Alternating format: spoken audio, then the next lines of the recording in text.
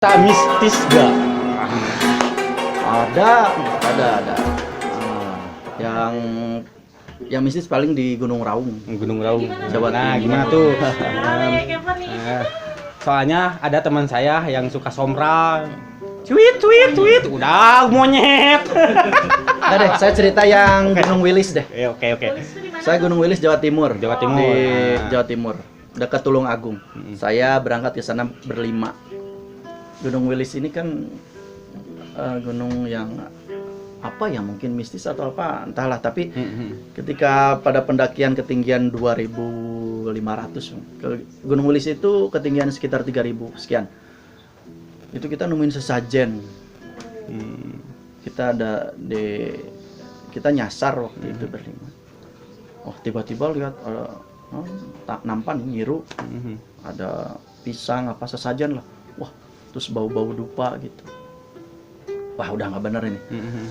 Terusin sampai puncak, dan ternyata di puncak ada sisa-sisa candi. Sisa candi. Ternyata Gunung Wilis itu dulunya ya dipakai mungkin ya, karena dari semacam artefak ada sisa candi gitu, tempat tempat apa namanya, pemujaan, ada batu ditumbuk-tumbuk gitu. Dan batunya bukan batu alam yang tersedia di situ, tapi ya itu dibentuk Sama manusia gitu. sama manusia. Ya mungkin punya historis ya. Ada patilasan lah.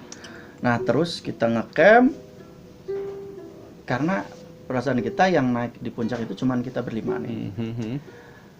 Tapi ada sekitar jarak 100 meter lah, ada api unggun gede. Kita bersyukur, alhamdulillah ada orang camping. Kita mau deketin tapi api unggunnya tambah gede tuh. Kita mundur aja, kecil tuh api unggunnya. Wah, kok perasaan nggak enak ya. Udahlah, tidur. Itu api unggun kretek kan. Kalau api unggun tuh ada suara ini ya, dari kayunya. Kita susah tidur malam itu. Karena malam sebelumnya juga kita salah posisi ngecamp. Posisi ngecamp kita di jalan setapak. Nah, ini yang jangan pernah dilakukan. Kalau kita mau ngecamp dalam posisi pendakian, lihat posisi kita. Kalau jalan setapak jangan pakai camp. Kenapa tuh? Karena yang lewat bukan hanya hewan, yang lewat juga ada makhluk lain. Dan harus diingat, gunung, hutan, sungai, tebing itu bukan habitat manusia. Ingat itu, bukan habitat kita. Habitat apa? Ya, ada habitat. Ya, ketika manusia masuk ke dalam sebuah ekosistem, misalkan katakan hutan, berarti di tempat itu ular minggir dulu. Ya, hewan-hewan kecil minggir dulu. Karena bau manusia. Mereka minggir dulu. Ya. Bahkan waktu di Gunung Wilis nemu ada ayam hutan. Nah, kita nggak jadi ngecamp. Kalau kita lagi di gunung di hutan, lihat ayam hutan, mending bergeser saja. Kenapa tuh? Karena di hutan, kalau ada ayam hutan, biasanya itu sumber makanan harimau. Ya, sudahlah. Mungkin itu tempat berburunya di situ. Kita bergeser. Jadi Gunung Wilis masih ada tuh ayam hutan, ya. Dan ayam hutan tuh nggak selincah ayam kota. Gitu. Kita deketi dia masih ada. Nah, kita berpikir secara logika, oh ini mungkin areal perburuan. Nah, yang kembali ke api unggun tadi ya. Setelah menuju subuh kita baru bisa tidur. Nah, pagi-pagi kita beres karena kita jalur naik dan jalur turun berbeda. Jalur naik, kemudian jalur turun mengikuti punggungan yang lurusnya ke Tulung Agung. Kita deketin, ngelewat ke tempat ngecamp yang semalam ada api unggun. Ternyata tidak ada bekas api unggun sedikit pun. Tidak ada bekas camp, tidak ada bekas orang. Wah, ini gimana? Udahlah kita, udah. Langsung di situ karena kita ada panik, kita salah ngambil punggungan. Punggungan itu tempat bukit ya, tempat jalan setapak. Seharusnya satu punggungan yang sebelah kiri, kita ngambil yang kanan. Akhirnya kita nyasar. Gitu. Dan ya itulah pengalaman. Sama satu lagi di Ciwidey. Ciwidey itu di daerah Tambagruyung. Tambagruyung itu sebelum Ranca Upas lah, dia ke dalam lagi. Nah, itu Gunung Wilis karena kita punya cerita sendiri. Dan ya, rasalah ya ada sesuatu sepertinya. Tapi ya kita berpikir positif saja. Kalau di Ciwidey kita waktu itu sedang latihan navigasi darat. Terus kita ngecamp. Di situ ada orang, saya Sunda ya, orang Jawa ada, Jalma Wono. Ada orang Chinese ya, Anton. Macam-macam ras lah. Ngobrol karena kalau beda asal ceritanya beda-beda. Terus si Kang Anton pelatih saya waktu itu bilang, Kang Anton apa si Aris ya? Nih cenah kalau di sini mah, karena itu areal dia dulu latihan, pelatih saya latihan dulu. Kalau denger suara perempuan atau suara nangis, semakin dekat berarti itu makhluknya jauh. Kalau semakin jauh berarti makhluknya dekat. Nah, yang datang teh bisa jadi panter ya. Apa panter tuh ya? Macan kumbang. Atau macan tutul. Wah, ketawa semua, tuh percaya cenah. Kita ngosrek, istilahnya ngosrek tuh, masak. Sampai wah kita lagi ketawa-ketawa, kita dengar suara yaitu nangis.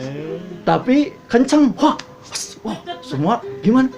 Tenang, jauh. Karena kan suaranya kenceng. Lah semua mulai, bener kan gitu? Ulah gandeng. Tiba-tiba menjauh suaranya.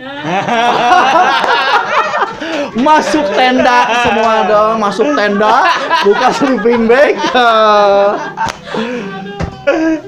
Pasiku-siku, balik tadi cari-carian kia. Masih sare. Dengar lagi suaranya tambah menjauh. Terus si tenda tuh mungkin ada ranting jatuh atau apa, waduh. Semua langsung bereaksi dengan waduh.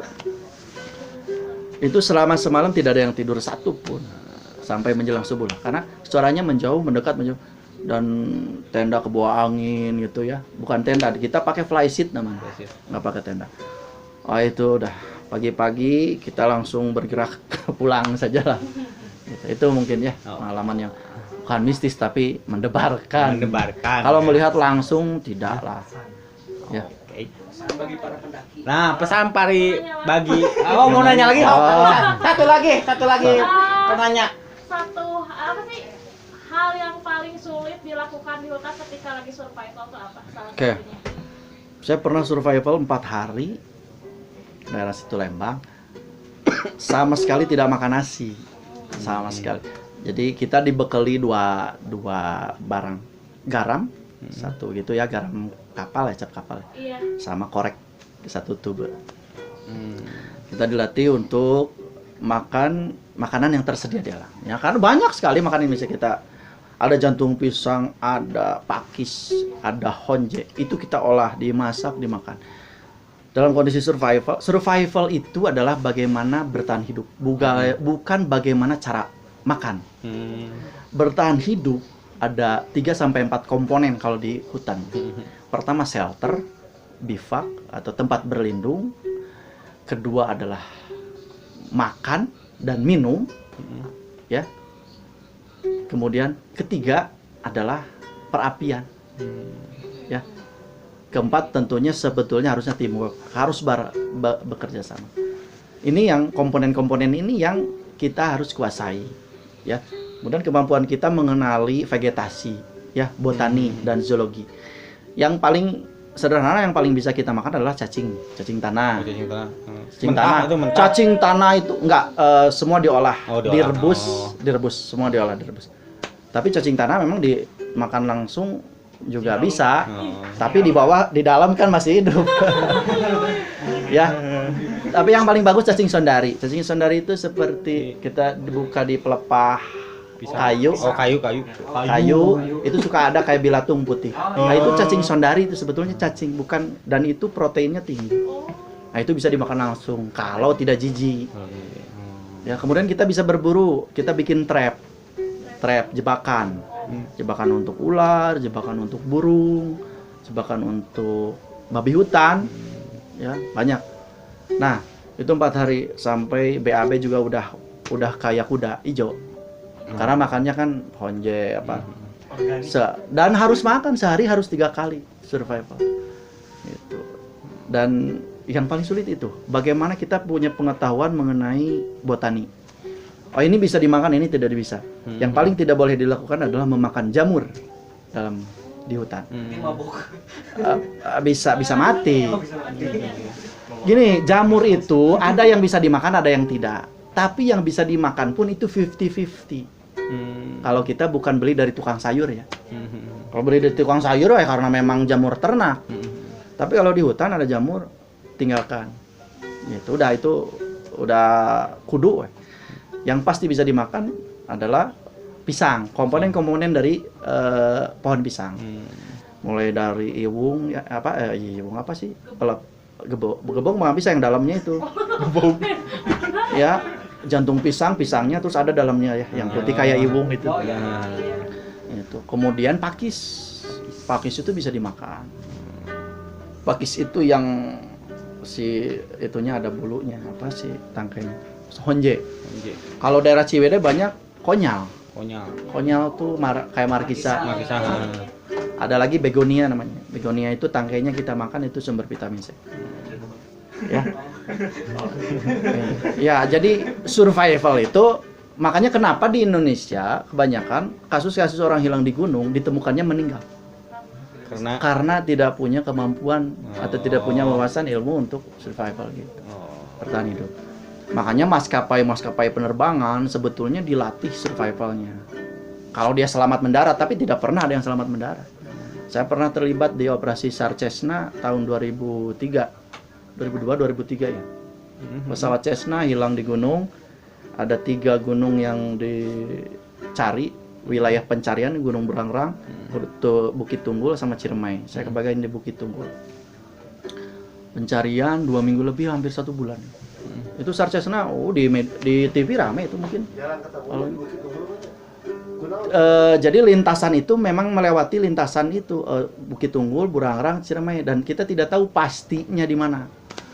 Kita sampai mengalami tim SAR itu namanya semacam fata morgana. Jadi setiap kita lagi pencarian tiba-tiba ada yang lihat putih, bayangan kita udah itu sayap pesawat kan, atau itu joknya, padahal bukan.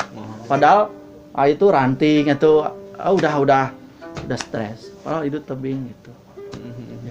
Nah itu mungkin yang paling kita harapkan dari banyak para pendaki, mudah-mudahan melahirkan relawan-relawan kemanusiaan. Amin. Gitu. Sip ya. Nah, pesan-pesan buat pendaki pemula atau yang baru mau mendaki gitu. Oke.